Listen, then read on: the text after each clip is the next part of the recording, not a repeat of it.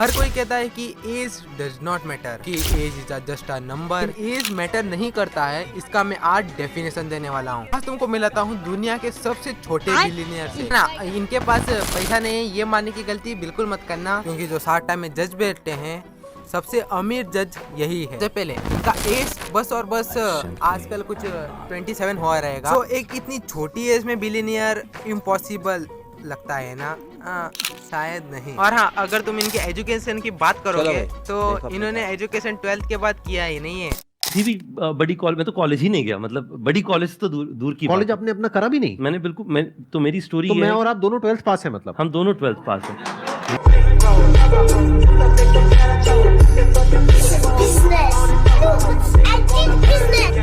अरे ये वाली अंदर की खुशी तो देखो साला, मैं भी बनूंगा बिलियनियर। हाँ, उन्होंने 12th के बाद पढ़ाई तो नहीं की और वो कर भी नहीं सकते थे, क्योंकि उनकी जो फैमिली बैकग्राउंड है वो काफी ज्यादा पुअर है। हाँ, वो काफी ज्यादा गरीब फैमिली से बिलोंग करते हैं। तो ऐसी सिचुएशन में काफी सारे लोग हार मान लेते, वही घिसी पिटी जॉब करके अपना गुजारा काट लेते, लेकिन ये उनमें से नहीं थे। चाहे इनके बैंक अकाउंट में बस 50 रुपए थे, लेकिन इसको 50 करोड़ बनाना काफी अच्छी तरीके से जानते थे। हाँ, ये लाइन नहीं है, ये सच्ची में उनके अकाउंट में 50 रुपए ही थे। ये सवाल तो जरूर आया होगा कि इन्होंने ऐसा क्या स्टार्टप किया जिस वजह से इतना ज्यादा ग्रो हो पाए। इनकी कंपनी थी, कंपनी $10 बिलियन की कंपनी बन पाई। इन्होंने चालू किया अपना खुद का ओयो रूम। ना, इसको आसान समझने की गलती बिल्कुल मत करना, क्योंकि जो बंदा बस 50 रुपए दे के एक रेंट नहीं भर सकता, 50 लाख की फ्लॉट क्या ही खरीदेगा। लेकिन हाँ, इन्होंने हार कभी भी नहीं मानी। इन्होंने गए वो घर के ओनरों से बात की, उन्होंने अपने जिंदगी का सबसे बड़ा रिस्क लिया और उनके ओनरों ने क्या कहा पता है? फिर जैसे जैसे वो ओनर मान भी गए,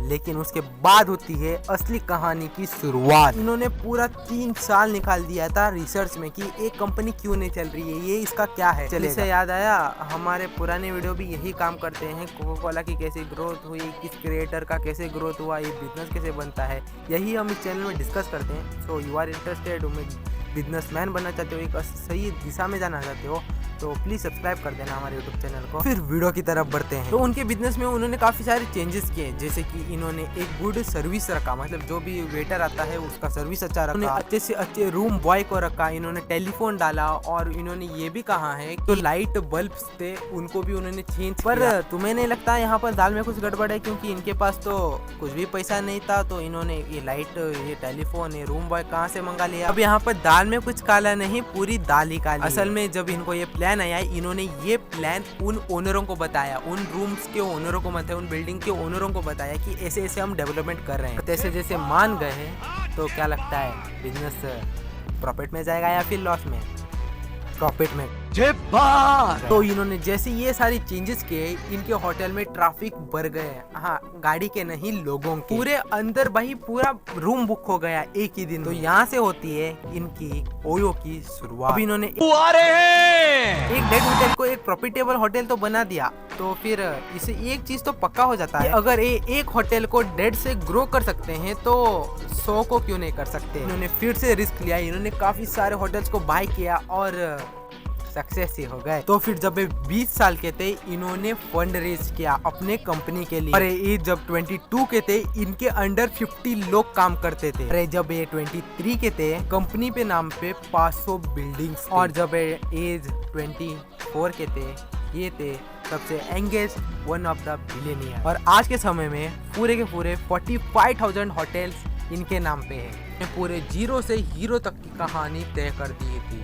और ये कुछ साल के बाद या फिर कुछ महीनों के बाद ये आने वाले थे शार्क टाइम में, ऐसा जज बन के, ना कि फंड रेज करने। Founder and CEO of OYO Rooms mister Ritesh Agrawal sir, welcome. बहुत बहुत। हाँ, ये मेरे फेवरेट शार्क में से एक है। इनका जो पोलाइट नेचर है, इनका जो भी समझाने का तरीका है, वो काफी ज्यादा अच्छा है। और हाँ, वहाँ पर जो भी बैठे हैं उन सभी शार्क से अमीर शार्क यही कहलाते हैं। हाँ, अगर तुमको एक यूट्यूब चैनल को स्टार्ट करना है, अगर तुमको एक नया स्टार्टअप स्टार्ट करना है, तो इसके लिए एक चीज तो चाहिए, और उस चीज का नाम है गलती।